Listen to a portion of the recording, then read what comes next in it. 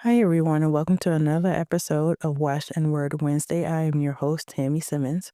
And this episode, we're going to go still talk about Moses.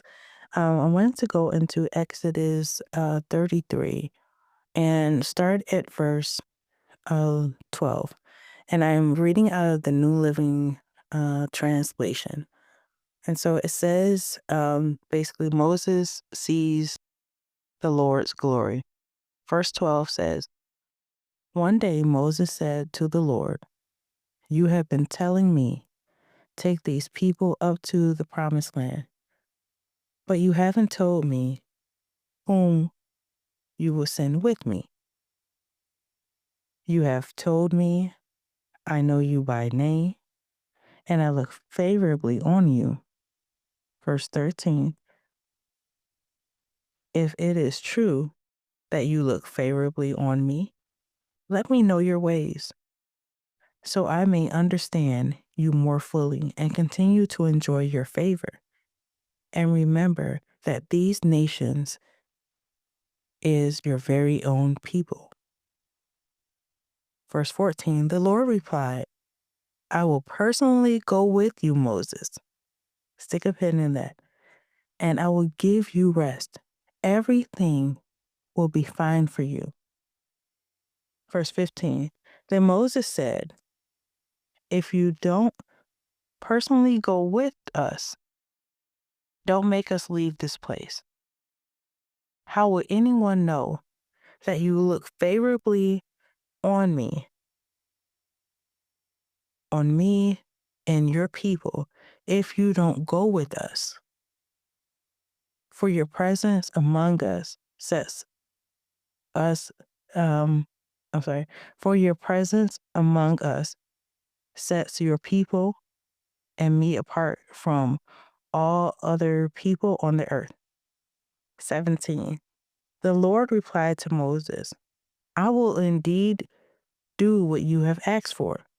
I will look favorably on you, and I know you by name." Verse 18, Moses responded, "Then show me your glorious presence." When I say, like, and I mean, like, obviously, no disrespect to Moses at all, but Moses sometimes gives me a headache. I tell you, he does, because I'm like, oh my gosh, how many times do God have to say the same thing over and over again? Like, you say, okay, you never told me who was going to go with us. So God says, okay, I will personally go with you, Moses. He even says Moses' name, like, I will personally go with you, Moses. And then Moses says, well, if you don't personally go with us, didn't God just say that he was going to personally go with you? And then you say, and then God says, again, I will indeed do what you have asked. For I look favorably on you, and I know you by name. He's already called you Moses. He's already parted the Red Sea. He did all of this stuff, and you still need something. And then Moses continues on, "Then show me your glorious presence." My God. And I don't know if everybody reads the Bible like this, but I do. And I'm like, oh my God. Like, for me, I hate repeating myself. So at the end of the day, especially like if you go through everything, and it's so funny that I say that I hate repeating myself. The thing about it is, even recording this episode, this is my second time recording this episode, because I recorded the whole episode and for some reason it didn't like click. And so at the end of the day, I'm sitting up here trying to edit and I'm like, there's no sound.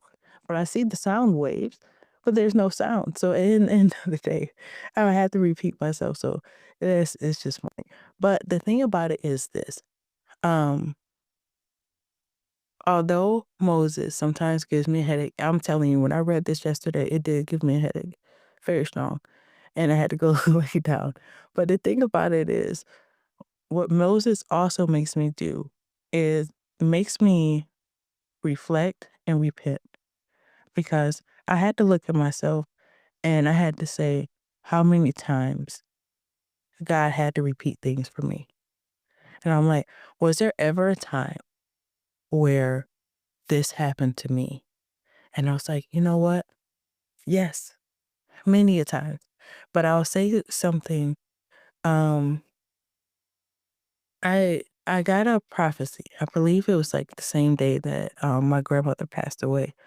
But at that time, obviously, I didn't know she passed away. I was at church, and in the prophecy, God kept saying, "I will never leave you. I'll never leave you." And I'm like, okay, you know, cool.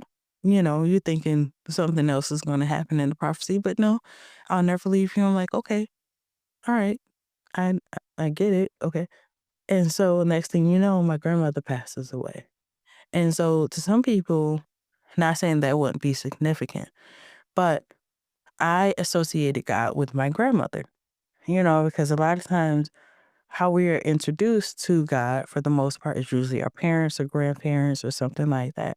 And I remember, like, I knew for me, if I really needed a prayer through, like a real prayer through, I had to go to my grandmother to get to God. Like, what I mean? Not saying the God didn't listen to me, but I know he listened to my grandmother. Okay. And so at the end of the day, I remember one time she prayed for me and like the weight lifted off my shoulders. So I'm just saying that to so you can see how intense, like, you know what I mean? You know how it is. How my grandmother and my relationship to God was. And so when she passed away, I felt like my connection with God wasn't as strong. And so even though God told me before I knew my grandmother had passed away, that he was never going to leave me, for me, I was like, hold on, wait a minute. Where are you? You know what I mean? And other times in my life, I was like, I know that you say in your word that you'll never leave or forsake me, but are you sure? Like in the middle of the night, did you in the middle of the night, did you change your mind? Did you take your hand off me like you did Saul? Like at the end of the day, like, wait a minute, where are you? Because this is a lot. You know what I mean? This is a lot to go through for a person. Like, it doesn't seem like your hands are still here. It seems like your hand went somewhere else. It's not here. But but the thing about it is God is still with you. I realized that me going through a lot of the hard times in life, it was things that I had to go through because I wouldn't have learned any other way. Sometimes we'd be like, oh, God, you could have just told me that. But at the end of the day, he probably has told you, he has warned you, but at the end of the day, sometimes we don't listen. And so a lot of times you don't get it until you have to go through that process. And then from going through that process, now you can, you know what I mean? Now you can help others. Now you can do all this other stuff. And now you can become a better person on the other side. But it's not until you go through that process.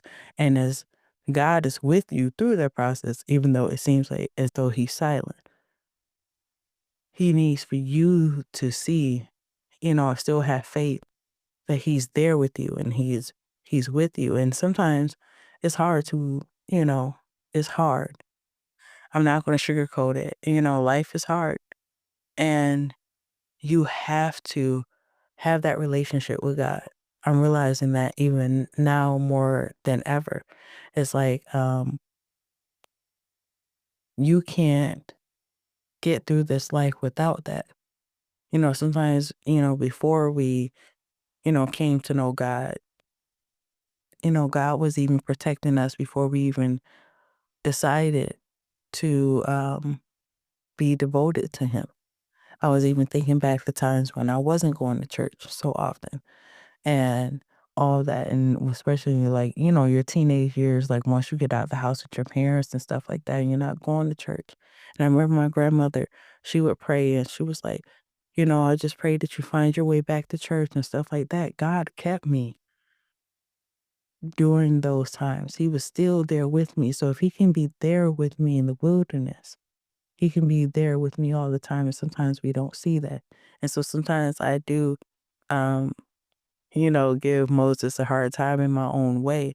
But the thing about it is, I realize a lot of it, I am like Moses sometimes, as far as asking God multiple times, like, "Are you sure? Are you sure?" You know, um, "Are you sure, like, I'm the one that you sent? Are you sure that" you know what I mean? Because a lot of times we don't even believe in ourselves. We've been around people who didn't believe in us. And so at the end of the day, it's like, who am I to be special? Who am I to you? Like, and you're used to people not um, living by their word and all this other stuff. So at the end of the day, now you're hearing that God will be there for you and he'll always protect you. And it's like, wait a minute, me? Because your whole life you've been told that you are probably nothing, you won't amount to anything, or the thing about it is everybody's treated you like crap. So at the end of the day, you don't think that you have worth or you have value, but you do. And so now you're an adult and you're coming to know God. And when you're coming to know God, it's like, wait a minute. So you're not like everybody else and stuff like that. And it's like it's hard sometimes to trust and believe in God because you've been so hurt by everybody else in your life. But God is still there. He created you. He knows what you have on the inside. He wants a relationship with you. He wants to spend time with you. So give him that time. Get to know him. I know for me, even like right now, it's like I've have a desire to read the Bible. You know what I mean? I want to spend time with God. I want to know who God really is. I've lived in the world and you know what I mean, and did, all the things that I thought, you know, that would make me happy. And when the world was basically done with me, what happens is spit you right out as if you're nobody and God is right there. It's like, I'm here. I'm still here. I saw it all. I'm still here. I still love you. And so that's something I want to leave with you. Um, God is with you and he will always be there. And he said, he will say to you, just like he told Moses, I will personally go with you. You can insert your name right there, but I will personally go with you. So know that God hasn't left you. He will never leave or forsake you. I know that it's kind of like different than where I was actually going with this, but at the end of the day, I believe I landed right where God wanted me to. So I love you guys, and I will see you on the next episode.